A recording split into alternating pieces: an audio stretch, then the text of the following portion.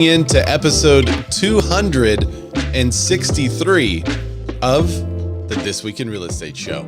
We're broadcasting live Wednesday, February 7th, 2024. Prices rise, rates rise. Is there no end? This episode was brought to you by listeners just like you. Thank you guys have been added to the YouTube partnership program because of your support of the show and sharing the show with people. So I appreciate that. So take just a second and send this to someone who you think might benefit from knowing all of the real estate news in one place, a succinct analysis from those of us that are still in the business. And if you're joining us on YouTube, you can comment and I can add your comments to the show, just like Olivier did today. He's first up. What's up, Olivier? He said, where's Matt? Golfing with Scap? I haven't seen Scap in a while either. He probably has been hitting the course. And then Matt says, oh yeah, just thank you guys for commenting there. Also, if you put an emoji in the chat, it just tells me what the emoji is. So Mike, who was on the show last week, says face purple smiling tears. So thanks, Mike. What the world? You could also do a super chat if you want your chat to live at the top of the chat in the on the YouTubes. If you're joining us on Facebook and LinkedIn, you can make a comment there and I can add your comment to the show. But if you're joining us on Clubhouse, you can actually add your voice to the show and your voice will be on the podcast in perpetuity. So thanks everyone for joining. And with Clubhouse, it's just like me and Matt and Jack and Olivier in Clubhouse today, and I have no idea why. I don't know if my phone is glitching or if it's something weird with, I don't know, it's probably something weird with Clubhouse. So I was saying in the pre-show part that I hate and I love Clubhouse. I love because the technology is amazing. The fact that you can have these people do like a group chat, I mean, that's really cool. And that I could add it to the podcast. That's amazing. The part I hate about it is that it doesn't work so often. So, hey, Christina Smallhorn's here. What's up, Christina? I'm seeing like affordable housing ads and stuff all over my stream, by the way. And I sent you only two that I saw this week. It's like little posts and stuff like that. I don't know what's going on, but it may be my relationship with you and our conversations about it. Maybe the Google's picking up on it and just sending it around. And yes, Christina, people still use Clubhouse. Well, thanks everyone for joining us. We're going to dive right into it because we got a ton of news to cover and only about an hour here. So the first one is, it's a news story because it was on Inman, but it was a guy, and I don't know this guy. His name's Jack. Let me find his name. He went to the conference now I can't think of his name. Jack Atteridge, you connected me with him. What's his name? Anthony LaMacchia. Yeah, LaMacchia. I could not think of LaMacchia. I had the M in my head. So anyway, he went to the conference that Anthony LaMacchia put on. And at that conference, the NAR president was there.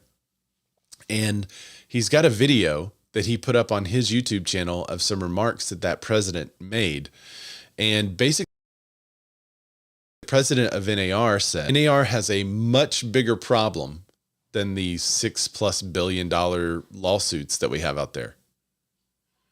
Now I'm thinking like, well, what could be a bigger problem than that right now? The DOJ.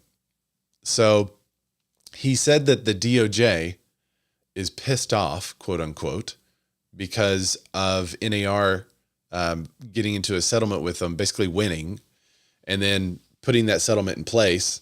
And now NAR, the DOJ is trying to run it back. And that's made them mad at us. And that's a bigger billions of dollars of lawsuits that we're all facing. Let's see, what's the YouTuber's name? Jack Gately, Gately. He has a YouTube channel called Online Real Estate Academy. He was at the conference, pulled out his phone and recorded the NAR's president's remarks. He also said the jury found that we're guilty. And Jack is really funny about it. He went through the stages of grief And he was like, where is he on the stages of grief versus where the people in the audience were? And basically the people in the audience were still in denial and anger, and that he had moved all the way to this hopeful place to the very end. And Jack had an interesting take on it. He said, these comments to him made him feel like the guy had a good head on his shoulders. Like he was, looking at it, looking at the situation in a real way, looking at the realities of everything that's happened, and looking to figure out the best way to position ourselves in the current environment. So interesting comments. So Ray, yeah, go ahead. I was there. Oh, you were? Kevin did an awesome job. Also, there was our past MAR counsel, and we had counsel from leading RE that was there. But one of the things that I haven't seen these videos, but Kevin had a couple of cases in the past that went to settlement where both sides settled, and the DOJ said, whoa, you people don't understand how real estate works, and they threw out the settlements. So from my perspective, threw out the settlements? Yes.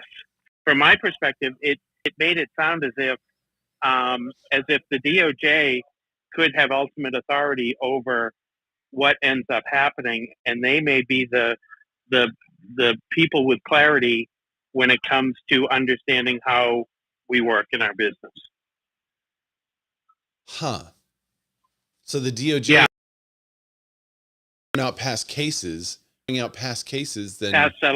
past settlements, and they throw these out. They want them to be pushed through the court because they want the big damages. Is that, or are they saying no? They're sympathetic to our fee structure. Interesting. Well, if you think about how it used to, I think it sets itself up for a situation in which we go back, 30 years, 40 years to how real estate was done back then. And currently the fee structure there is in place so that if you bring a buyer, then you're going to get paid instead of working with a broker that's going to shortchange or something like that, or is holding the listings real close to their, trying to get double sides. I mean, there's just a lot of nefarious activities that happen when there's not a promised compensation out there. Which is what we've been talking about all along, which it could ultimately end up being worse for the consumer because we all go back to being sub-agents of the seller. Right. Which is the 30, 40 years ago when I started in the business. Yeah. With an MLS book. A book. Oh yeah. The book of listings. That's back when people used to say, don't buy the first time you see, because that book, you couldn't really see anything else. But I thought it was interesting. I watched his comments, the comments that Jack had uploaded, and at first what he was talking about and the way he was kind of talking about it, I was like, I'm not so sure about this guy. But by the end of it, it sounded fine to me. I mean, it sounded like someone that was doing the best with what they have. That's what it sounded like. He wasn't like super excited. He was just like, this is the situation we're in, and this is how we're going to try to do the best with what we have. I think Kevin crushed it. And another thing, he's trying to get out there in front of as many of us as he can to talk, and he did it at this show, to talk about what NAR is doing for agents. He said that he was only home one night sleeping in his own bed over the past 3 weeks after being, baptized by fire. And his goal is to reach out to as many of us as he can. Really affable guy. He's a practitioner out here in middle Massachusetts, so not a luxury market. He was impressive. That's cool. Yeah, that's good to hear. I'm glad that you liked his comments, because we've been pretty open about the industry's attitude towards NAR on this show, and it's not been good. So if he could come in and turn that around, that's a huge job. But if he could come and turn that around, that's going to be, I think that's a win for everyone. I also think the way he turns it around is by doing exactly what you say. He's got to go and prove value. He can't just assume that because people have to be members in order to get the MLS that they're going to stay members. And part of that reason is because of the next article. Keller Williams has settled. So never give up, Gary gave up. Not really. He said, I'm kind of shocked that he settled a little bit. I thought they would kind of take it to the Supreme Court, go as much as they could, because he had been lofted as such a fighter for real estate agents. It's interesting to see they settled for like $70 million. I think that was a better price than the other two got, if I'm not mistaken. So NAR, Keller Williams settled for $70 million. In that settlement, they also said that real estate agents don't have to be members of NAR in areas where it allows. So if you're a Keller Williams agent and it's not required for you to be a member of the NAR, then you don't have to be. And overall, I think this is good. I think it's even good for NAR that people are not forced to be members. I think if you're forced to be a member, that's not a good thing, because then you don't have to fight for membership.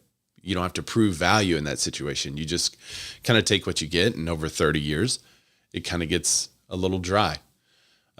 So I approve of this move that a lot of brokerages are making, saying if it's not required in your area, you don't have to be a member.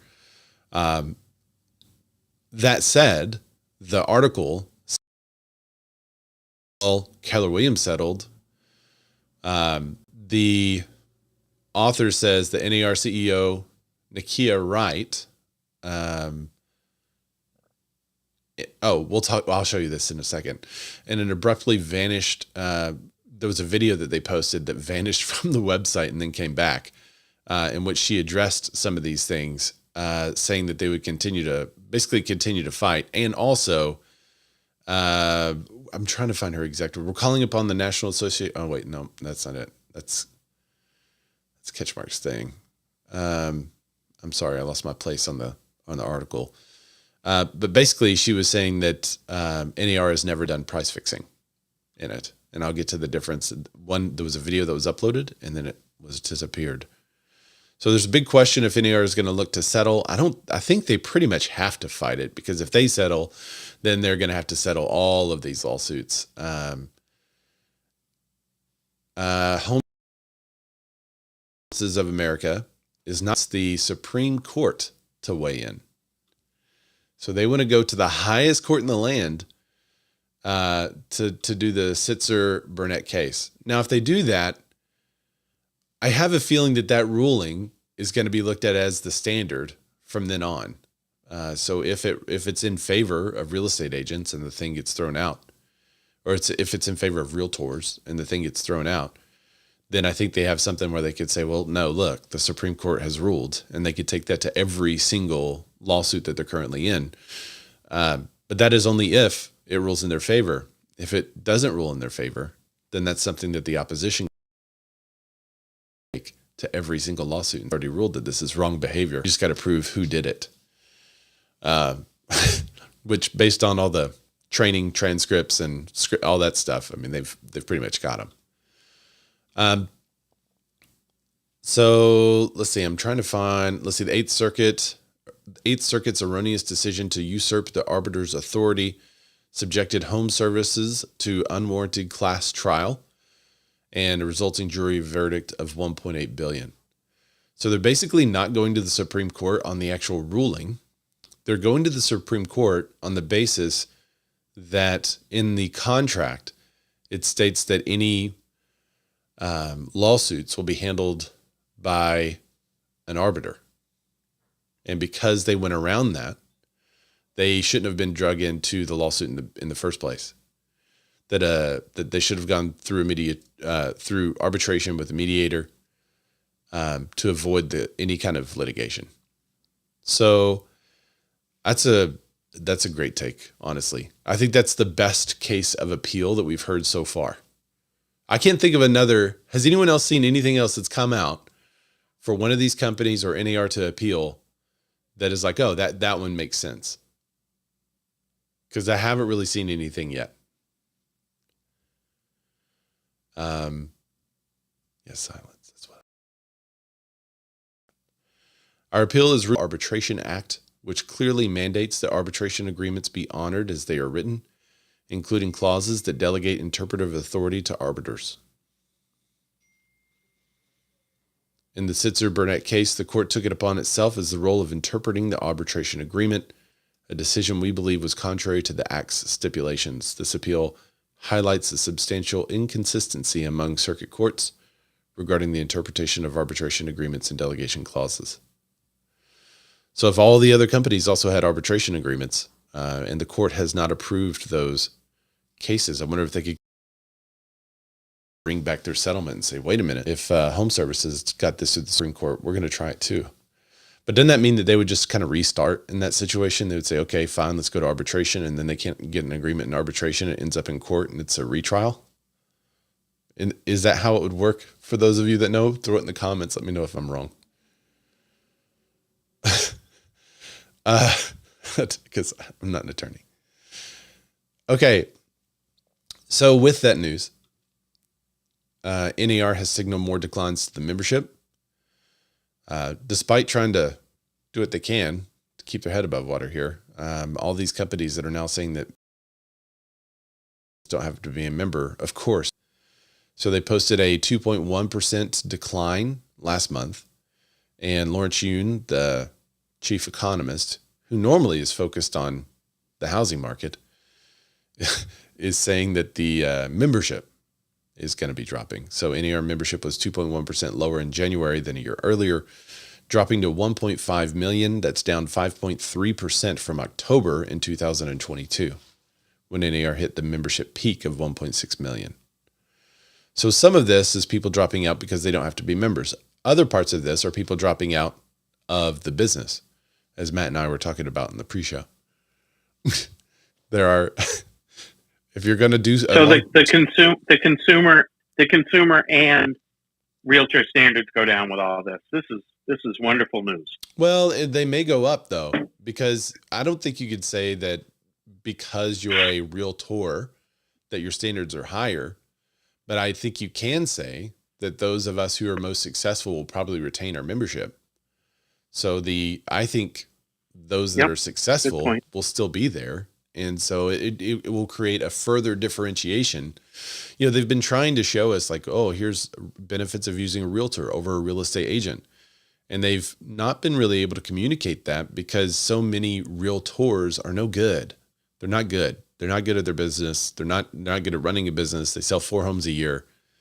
And so why are they in a professional organization? If you sell 4 homes a year, I mean, why aren't you doing it? Don't just do it on the side. You don't have to be a member. But then that further differentiates someone that sells 120 homes versus someone that sells 4 homes. So I think the perception of realtor could get better if you cut away those that quote unquote can't afford the membership or don't want to pay for it because they want to do something unethical.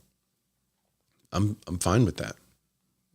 I would rather have a smaller membership number of quality members than a higher number for lobbying purposes. Because I think those that are most successful are going to stick around. Am I going to join area? Yeah. Am I going to discontinue my membership in NAR? Probably not.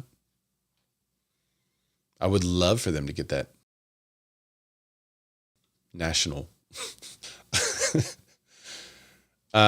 Okay, so membership's going down. NAR signaling that more memberships going to go down. And like I said, it's twofold. It's the economy. It's the difference in the market versus what it was. And it's all these companies saying you no longer have to be a member. So all those part-time agents that sell 4 or 5 homes a year, those are going to be the ones I think that they dip out. I don't think it's necessarily terrible. Okay, so this is the weird thing.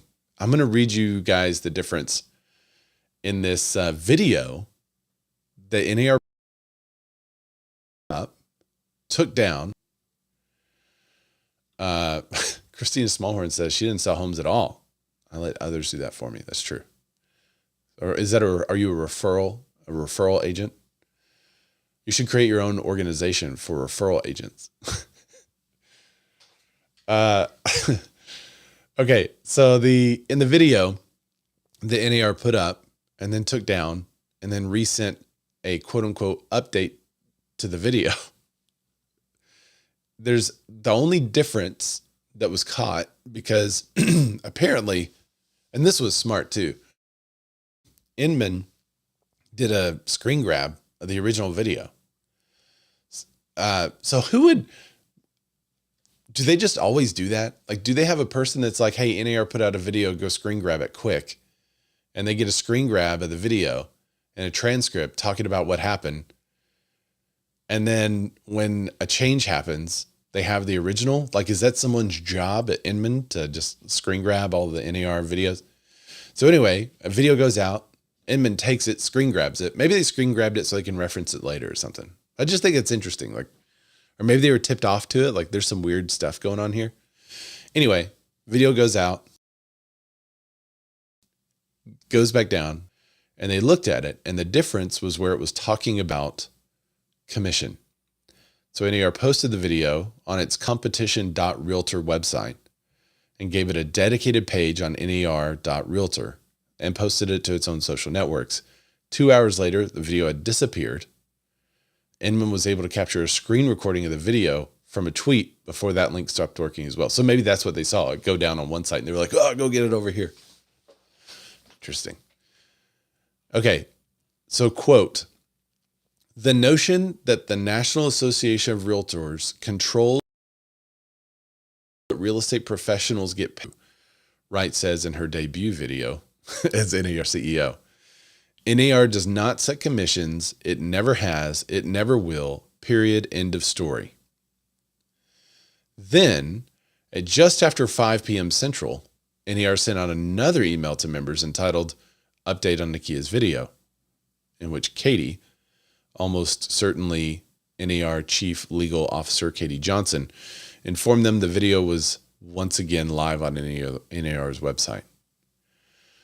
The new video says, quote, NAR does not set commissions and never will.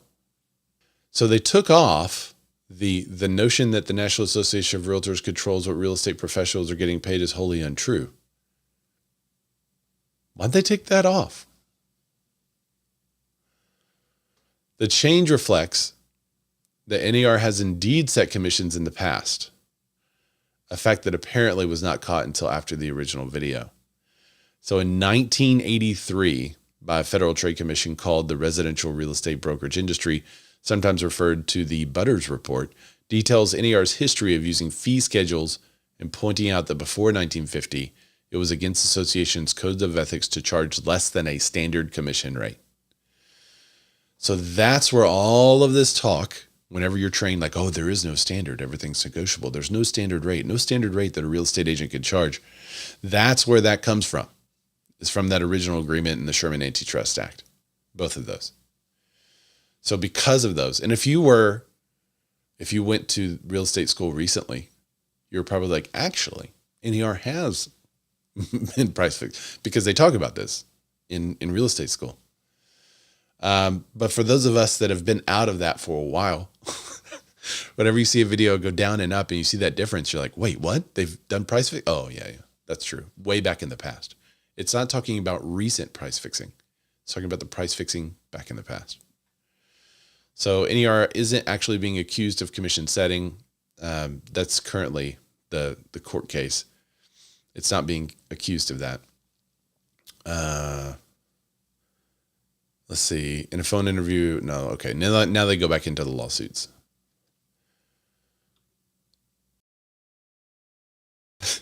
Matt says, I invited 100 people on Clubhouse and not one joined. It's broken. Yeah, sorry, guys. If you guys follow the real estate networking group in Clubhouse, then at 12 o'clock Central every Wednesday, you should be able to click on that icon. It looks like two hands shaking. Click on that group and you'll see our room. And every Wednesday that we have it, you can just go into it. It's right there. but you might have to set an alarm. Sorry, guys. It's just so frustrating. It is incredibly frustrating. But now I understand why the consumers hate real estate agents, though, because most of them don't have predictable businesses. So it's understandable. That is true. That is so true. One of the biggest, a lot of people ask me about podcasting because I've been doing this over 5 years now. A lot of people ask me about podcasting, how to be a successful podcaster. The number one thing I always tell them is that you, without fail. And for me to do it live is the best way, because if I'm doing it live, then I'm like, I don't have to go back and edit or anything. I just do it. I just have to be aware of what I'm saying during the show. As we realized throughout the whole pandy, you couldn't say the whole word of what that was or else you would get canceled. So, in order to have a live show every single week, there's so much predictability that you have to add to your real estate schedule that it gets a little wild. I have people that are like, hey, I want to meet Monday morning. Can you do Monday morning? I'm like, actually, Monday morning I have these 3 things happening. I would have to be at this time or this time, end of time, because that Monday morning does not change for me. So yeah, predictability. And I have to take that back pretty much. I have to take it back pretty much immediately because both Linda and Melania just. Oh, see, there you go. So out of 100, as soon as I say 98 ignored you. Yeah, let's just keep talking. Yeah, let's talk about the people that aren't here. Maybe that'll go better. Yeah. Well, it's supposed to, like, whenever you say something, it's supposed to tell your Clubhouse people, like, hey, Matt's talking in this room. You should go check it out. But maybe I need a more incendiary room name or something. I don't know. What's up, Milana? I saw you on mute. Do you want to say something? You're on a podcast. She's quiet. I can't hear you. It's probably on your Bluetooth or something. I can't hear you. I'm sorry. Is this better? Yeah, I can hear you. Hi. Okay, perfect. Hi. How are you guys doing? Good. How are you? Good. Good to see you guys. You too. Thanks for joining the show at Matt's request. Yeah, of course. I enjoy your podcast, so I'm excited to just listen in. Oh, awesome. Thank you for joining. I love that. Okay, so this next article is about the new This Is Who We Are NAR videos. Have you guys seen them yet? I've only seen one. I looked for a list of them because last time when they released this, they had like 4 or 5 of them, I think, and they had like a whole list and you could watch them. All right, I'm going to bring up the YouTube version, hopefully, maybe. Hang on. All right, and I hope that because I'm playing another YouTube video on our channel that I don't get canceled. But I'm going to share it anyway because I think it's important context. Maybe if I do like I don't know how to do it. Yeah, I do. Picture in picture. Bam. Maybe me being in the picture is going to be enough. I don't know. Okay, so this is the new This Is Who We Are real estate. This series started several years ago in the series. So let me play it for you. This is your first time buying a home? Yeah, this is first time doing any of this. And honestly, we definitely have the stress and anxiety part down. I know this can all seem a bit overwhelming, but everything is in the email I sent you the other day. It'll go a long way to ease those new anxieties. Information about financing, inspections. The email. And if you haven't looked at it yet, let's go through it together. Okay. Expertise. Just one of the many ways an agent who's a realtor works for you. There you go. So this is your first time That's actually buying a home? probably one of the best that I've ever seen that they put out because it's incredibly authentic. How many of you have sat down? Matt says it started out like a Publix commercial. True. How many of you have sat down with your clients? You're like, oh, first time, this is so great. Did you get all the materials that I sent you? And they're like, did you have time to read through it? No. Yes. Like, I see that all the time. So I think this was probably the most authentic Realtor, This Is Who We Are commercial that I've ever seen. And they're trying to market the fact that we're the experts and we're your guide. Matt says, just like broke agents making fun of clients still. There is a little bit of that, like, why aren't our clients reading everything we send them? There is kind of a little bit of that, but it's not nearly as bad as those first ones that had like super weird clients doing weird things in houses, like listening to the hardwood, and the agent was there, like basically putting up with them. Those were bad. This one is a lot better than that. This one is more real. I think maybe if they could have like had a connotation of like, oh, we've been so busy. I missed the part. Maybe they said we've been so busy, haven't had a chance to look at it yet. But I think they just like looked at each other. And he said like, oh, the email. And she was like, and if you haven't seen it, let's go through it together. I don't know. Maybe they should have like gotten a pretty good reason. And for the audio listeners, you couldn't see it, but the first time home buyer, when she says we're new to all this, she basically touches her belly. She's pregnant in the story. So, maybe they could have said, and maybe they did say it and they cut it because it didn't fit, but obviously we've been super busy. Oh yeah. Well, if you haven't read it, let's go through it together. That's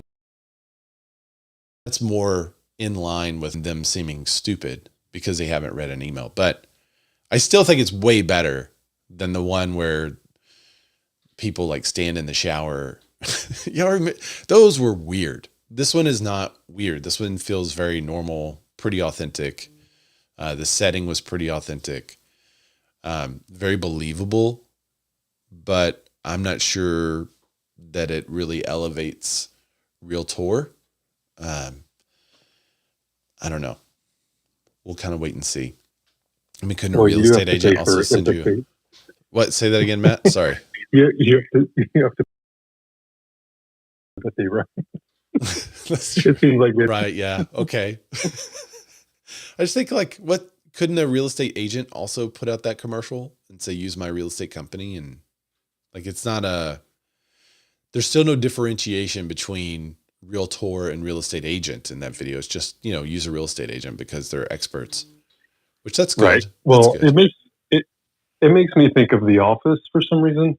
And maybe I've just been rewatching a lot of the old episodes, but this is like a classic Jim and Dwight thing where the realtors are going to say, we're very empathetic. This is your first time. And then the professional is just going to come and go, more empathetic. Your situation. That's true. Like, I don't know. You could almost look at that realtor kind of like Jan, actually. She was kind of Jan-esque and like the only serious one there. And the consumers are kind of dumb and looking at the camera. He does cut his eyes, but it's to his wife. So if you turn that eye cut to the camera, it would be I think all you would have to change to make that very much The Office. Like, that's a great idea for a video, by the way. I think I'm going to do that. Just to redo it like The Office, like people where the real estate, are you going to make it though, where the consumers, the office people, or are you going to make it to where the agent is the office people? I don't know. I think it could go both ways. I may do both, honestly. Where the client like looks at the camera, like the Jim look. I don't know. I need to play around with it. Let me call my videographer. Hold on. Yeah, get on it. I can't wait to see it. That's what we're here for. We just bring you ideas. Okay. All right. So I thought it was good. I'd like to drop a comment. Let me know what you think of it. But I didn't think it was a bad ad. I thought it was fine. I don't think it's worth $50 million. I think I could have shot that for maybe $10K max to have the same quality or better. And I don't think it would take a genius.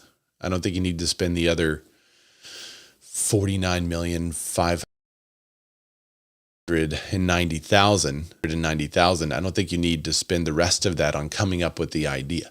So no, not 15, 50. 50, Olivier. $50 million is what they spent on marketing consultants. I would love for the NAR president just to come out and address that stuff and say, here's what they're doing for us, and here's why we use them.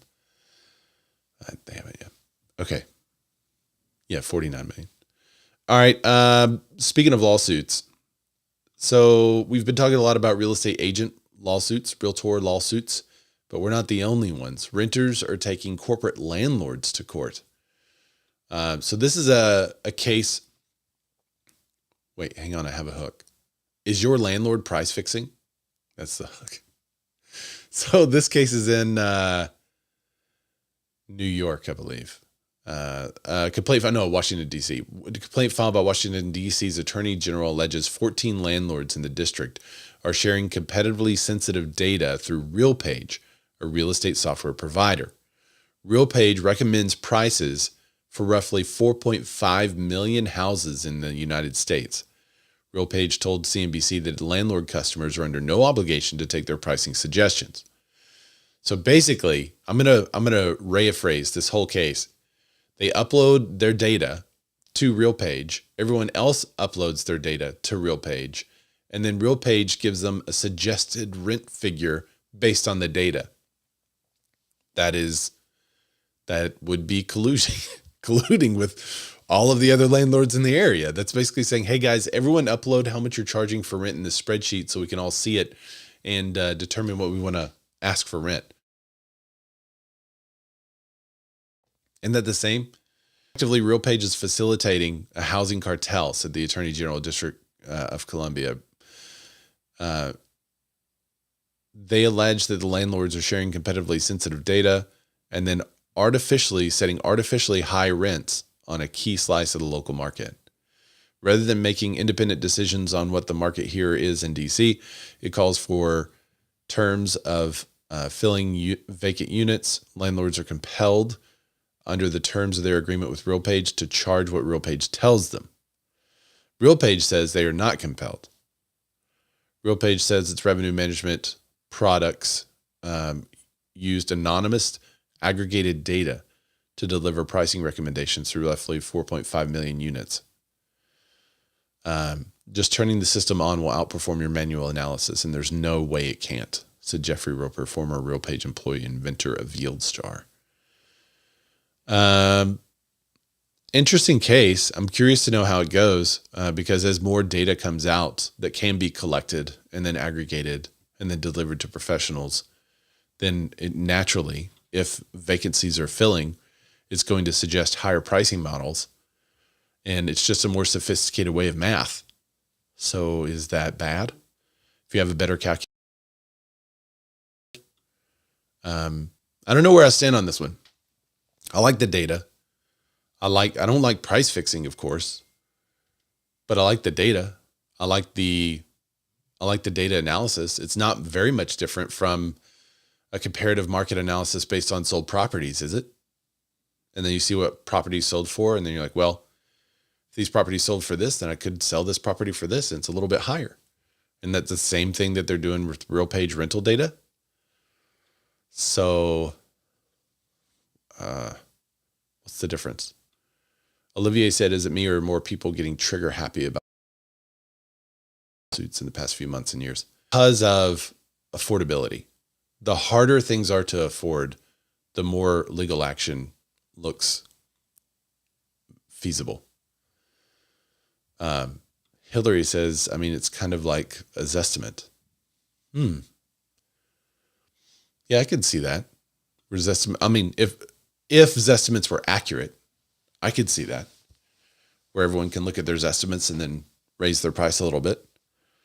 That's an interesting case. I'm curious to know what's going to happen because they are basically doing an appraisal on the rent figure with anonymous. And if they are filling the vacancies, then it's proven it right that yes, that's what the market is currently asking. I don't know. I'm torn on this one personally. So drop me in the comments. Let me know what you think on it. Oh, so I said the word appraiser and Scap shows up. What's up, Scap? Sean says, is it that why Canada doesn't allow sales price data on their websites? That may be, Olivier. You can't look up sales data in Canada, right, Olivier? It's totally anonymous. There's no like county records or province records or anything like that you can go through and see what your neighbor paid for their home, right? Am I wrong? No, it's all public. I mean, I can, for any is? building, I'll pay $1. I'll know the price that you paid. I'll get access to the deed of sale. For another $1, I'll get the mortgage deed, and I can see how much you borrowed. And for a few more dollars, I can probably even know what you ate for breakfast. I'll tell you that for 50 cents, my friend. So you do have access to the public data, but there are places in Canada that you can't get it, or it's harder to get. I remember, just like Sean was thinking about that when I read this article, I was like, oh, that must be why Canada does that. So I don't know where that idea is coming from in my brain though, Olivier, but for some reason I thought it was harder to get sold data in Canada. But you're getting the data, but you're only getting the deed of sale. You're not getting a property description, or there's some sites that have some property description, but they're inaccurate, but you're basically getting the land registry information. So you're seeing, here's all the deeds that were published, Okay. but you don't know if the house is a bungalow, a cottage, multi-residential. You have no idea by looking at it, but you get the data, but you can't really do much because you don't know how old was the roof on the house when you bought it. So you're getting public data, but it's very incomplete unless you're working with a real estate agent. But we're paying for Centris, which is our platform that we use in Quebec here. Interesting. Okay. Thanks for us in on that. And good point, Sean. The same thought I did on that. So it feels like RealPage is doing what, if there was an appraiser for rent rates, it's basically what RealPage is doing. They're taking all the data, aggregating the data, and then making suggestions to these landlords based on what the price should be. The contention from the Attorney General says, based on the terms of service, they're demanding that the landlords that are using their service price fix it to that price. But then RealPage is saying, no, it's just a suggestion. So I think that's where the law may hinge on this idea, but I'd like to see it kind of continue to work through to maybe set some rules in that regard, because I'm personally torn on it. There's nothing wrong with aggregating data, just like there's nothing wrong with taking a bunch of bricks and building a home. There is a problem with taking that brick and throwing it through a store window. So data use, how you use the data, is more of an issue. So let's talk a little bit about the economy. We don't have that much time left, so I'm going to roll through these articles pretty quickly. Mortgage rates jump back over 7% as stronger economic data rolls in. So the average rate on the popular 30-year fixed mortgage rate crossed over 7% on Monday for the first time since December, hitting 7.04%. Now, I know for a lot of my clients, the 6 in the front was a big deal. So to go over 7 again, that is, I feel like it's going to kind of put a hamper on everyone's party at the beginning of the year. And the Federal Reserve not adjust rates last week. So they're essentially letting the economy take rates where it will. The average 30-year fixed mortgage is currently 7.04%. Let me show you this graph. You can see the big increase from the October, November, December of this last year, where it was at the high of 8.03. So that was the high. Since then, it has gone down all the way towards like 6.6% or so, and then has started to slowly go back up. And then it had this little dip right at the beginning, and then bam, it shot up. So the dip went all the way back down to the 6.6, and then it shot back up over 7. So for a lot of my clients, I mean, they were happy about the 6s. They were fine with the 6s, but they were out of the 7s and they were out at the 8. So quote, this rapid increase in rates over the past 2 days is actually not too surprising given the fact that the market is widely seen overly optimistic on the Fed rate cut outlook. The Fed has repeatedly pointed to economic data having the final say in the outlook, and that data has been shockingly unfriendly to rates as of Friday morning's jobs report. That's from Matthew Graham's Daily. The strong jobs market is good news for the spring buying season, as the higher household incomes are a necessary component, but it also means that mortgage rates are not likely to drop much further at this point. Michael Frantantoni, chief economist of the Mortgage Bankers Association, says, the future of rates in 2024 is all about ifs and thens. If we see more data, like last Friday's jobs report, we'll have a hard time getting back below 7. But if inflation, even more important than the labor market, if inflation becomes, it could have a balance, it could balance the outlook. So that's basically what we need. Cooler inflation. Olivier said, I was thinking April, maybe June, but it wouldn't surprise me if they drop before September now. And he says that's it. Everyone is probably too optimistic on rate cuts, including myself. Yeah. Yeah. Not before, he said. Yeah, I felt last week everyone was really optimistic, even with no rate cut, that there would be rate cuts in the future. But in part, that is kind of due to what the Fed has said. So Sean says, I feel like Peter Schiff has good points on the lack of inflation data. I'll have to look him up. So home prices begin to cool. Dun, dun, dun.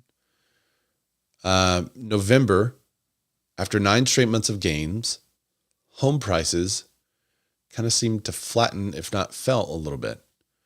Seattle and San Francisco reported the largest monthly declines, falling 1.4% and 1.3%.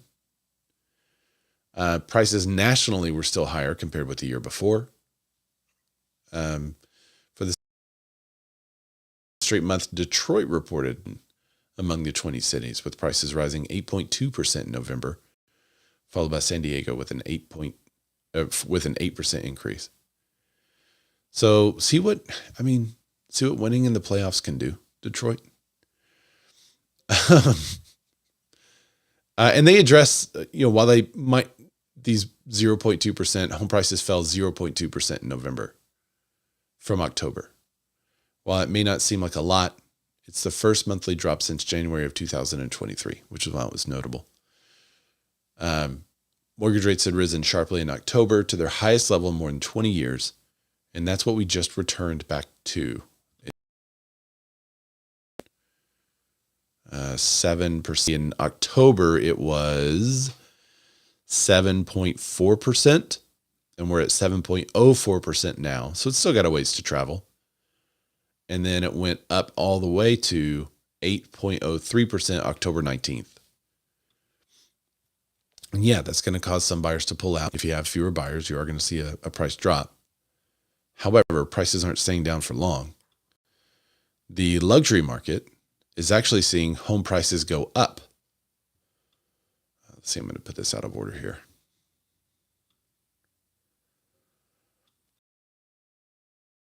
So Redfin report, luxury prices hit an all-time high as a record share of high-end buyers pay cash. The typical U.S. luxury home sold for $1.17 million in the fourth quarter. That's up 8.8% from a year earlier. Prices of non-luxury homes increased at half the pace, rising 4.6% year over year to a record of $340,000. So luxury prices rise at twice the pace of non-luxury.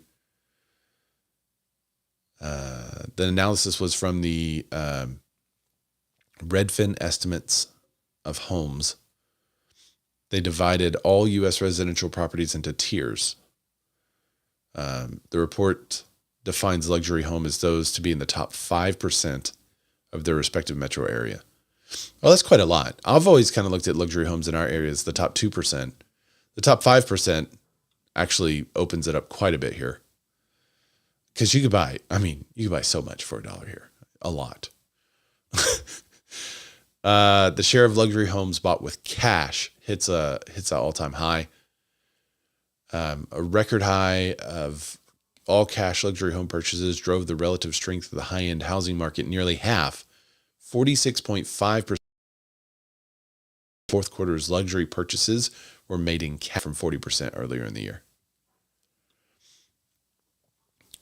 So luxury relatively unaffected by what's happening in rates because so many people have cash, which I'm going to send this article to someone because that's very interesting. We were talking about that about listing their house. And they're like, well, shouldn't we wait for rates to come down? And my point was probably not, because most of the people that are buying, and they're not most, now I have the number of 40 something %.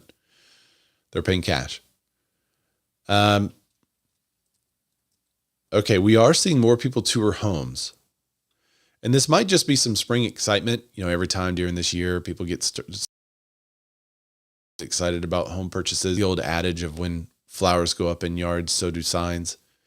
The housing market update, more people are touring homes, but that hasn't translated into more sales. So some house hunters are dipping their toes back into the market after a harsh winter that froze them out at the start of January. Redfin's Homebuyer Demand Index is a measure of request for tours and other buying services. It rose 6% from the week earlier during the week ending January 28th. More buyers touring homes because mortgage rates are holding below that 7% until recently, but they are down from 8%. Sale prices rose 5.5% over the year, 4 weeks ending January 28th in a year. Early stage demand hasn't yet translated in home sales. Mortgage purchase applications declined from a week earlier. Pending home sales posted their biggest year-over-year decline in 4 months. So it's like people are putting on a pinball machine. When you pull back the pinball, you're just pulling it back, pulling it back, pulling it back. I feel like that's where we are. And as soon as it gets back into the sixes, or as soon as something opens up, maybe inventory comes back on, maybe affordability becomes better, more affordable in an area because they're getting a raise, something's happening with their job, then they're going to let it go. Hal Bennett, a Redfin premier agent in Seattle, said, now I believe this year's market will launch in the spring once 6% rates are even more entrenched in buyers' psyche. Well, now they're at 7. So, but I agree, man. That's 6. That made a big difference in the minds of most of my people. So this is also a staggering number. 32% of homes for sale in the fourth quarter were newly built. That's just shy of the record high. That record high was set earlier in 2003. Let's see, nationwide, 31.8% of U.S. single-family homes for sale in the fourth quarter were new construction, comparable with 31.9% a year earlier. Oh, that was a whole year ago. Okay. That's the highest level of any fourth quarter on record. Home building has increased. The number of homeowners putting their houses on the market has decreased. So that's a recipe for more homes that are under construction going under contract and being sold. One of the builders in Grand Rapids that focuses on entry-level homes now has homes priced in the mid-300s. Not long ago, buyers could get into new construction. So roughly 2 of every 5 of new single-family homes that sold in 2022 went for $500,000 or more. That's up from 1/3, 30% in 2021 and 18% in 2020. So the prices on these entry-level new construction homes are also going up, which that's a little bit what we're seeing here. Not quite that gain, but we are seeing gains go up. All right, 2 more articles. We're kind of close today. 1/3 of real estate agents work with clients who relocated due to or politics in 2023. I thought this was really interesting because that's like the number one reason people are coming to us from California. To be honest, disconnected. Hang on. What happened?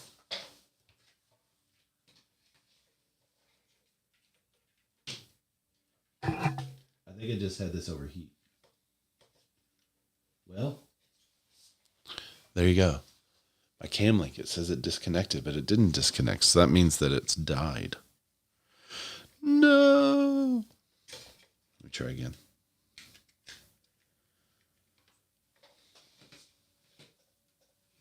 I should play some music. Hang on just a minute. My camera died. And hang on. Bear with me. Let me see if I can get this back up very quickly.